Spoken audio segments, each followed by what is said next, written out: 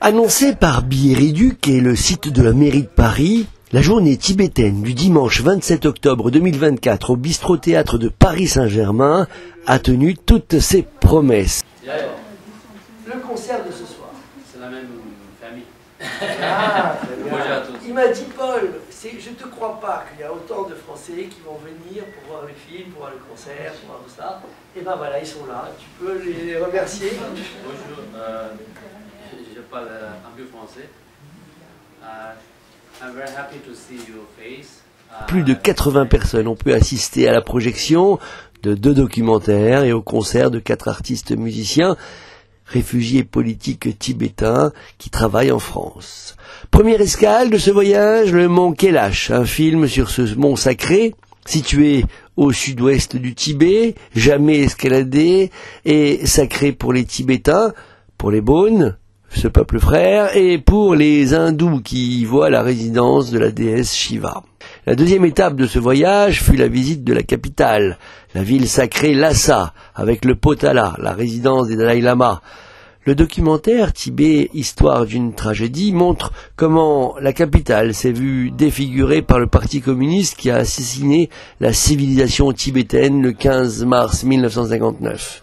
Ces 2 documentaires ont rappelé l'histoire des 14 Dalai Lama et surtout ont permis de nourrir un débat sur ce pays grand comme 4 fois la France, qui dispose de sa propre langue, de sa religion et d'une culture que la Chine veut faire disparaître. À chaque fois que nous parlons du Tibet, le Tibet continue de vivre, répète le Dalai Lama, en exil à Dharamsala depuis 1959 avec son bâton de pèlerin partout dans le monde.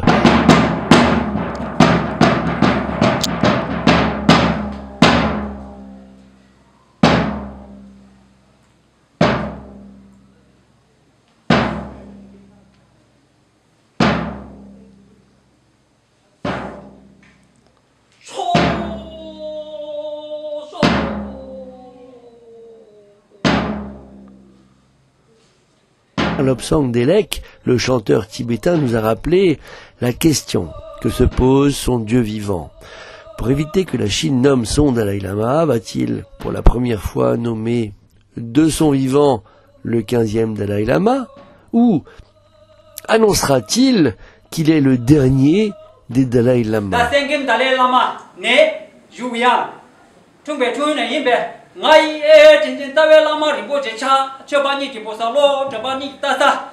Rappelons que la culture tibétaine nous offre ce que les Occidentaux ont oublié.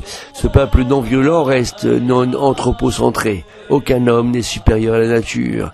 C'est sans doute la situation géographique du Tibet et ses conditions de vie à l'intérieur de la chaîne de montagnes himalayenne que ce peuple nous sensibilise à l'essentiel. L'homme est vulnérable et ses avoirs sont impermanents.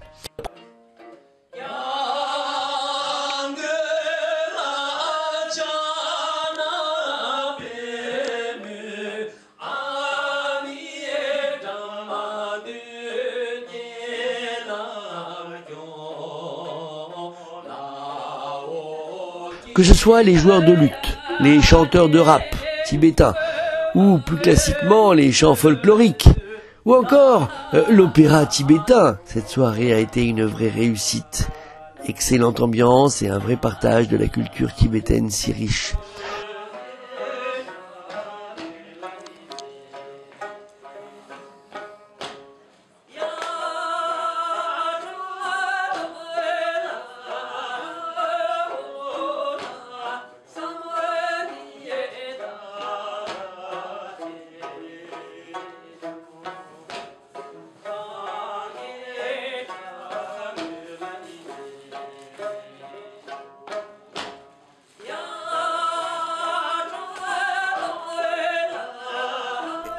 Grande première, les cuisiniers tibétains nous ont concocté des raviolis à la viande de yak, en provenance de la ferme Ribeiro dans nos Pyrénées.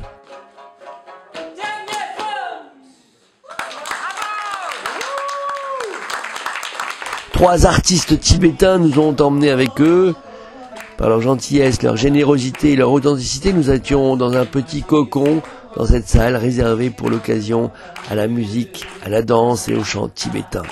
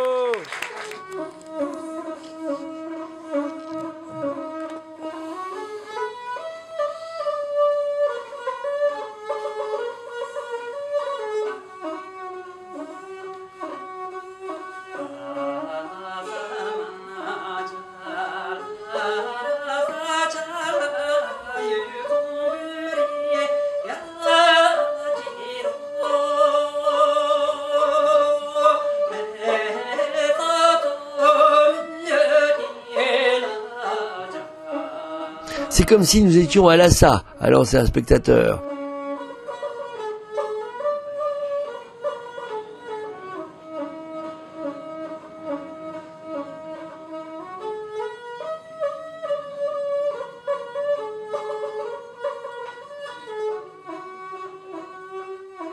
Un après-midi tibétain, comme un voyage dans leur culture.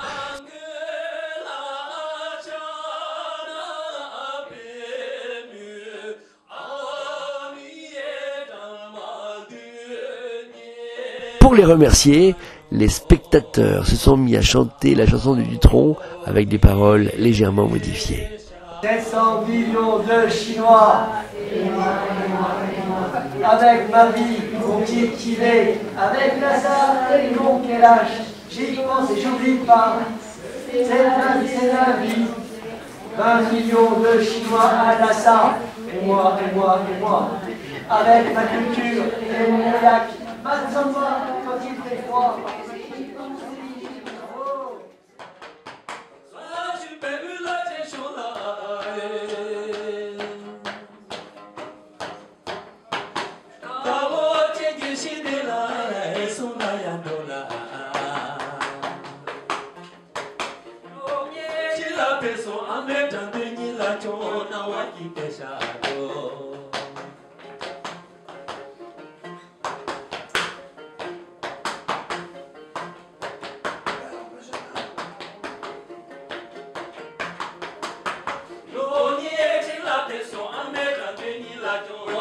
Keep it up.